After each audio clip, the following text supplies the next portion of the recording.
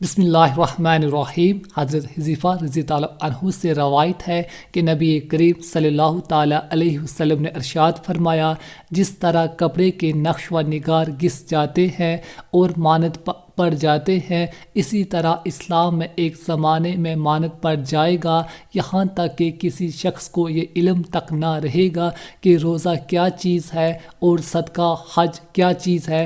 ایک شب آئے گی کہ قرآن سینوں سے اٹھا لیا جائے گا اور زمین میں اس کی ایک آیت بھی باقی نہ رہے گی۔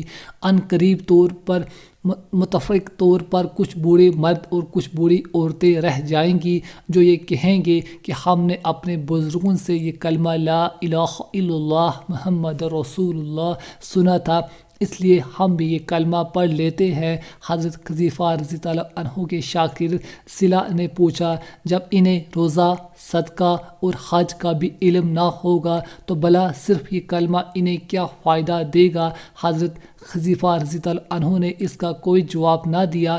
انہوں نے 3 بار یہی سوال دہرایا۔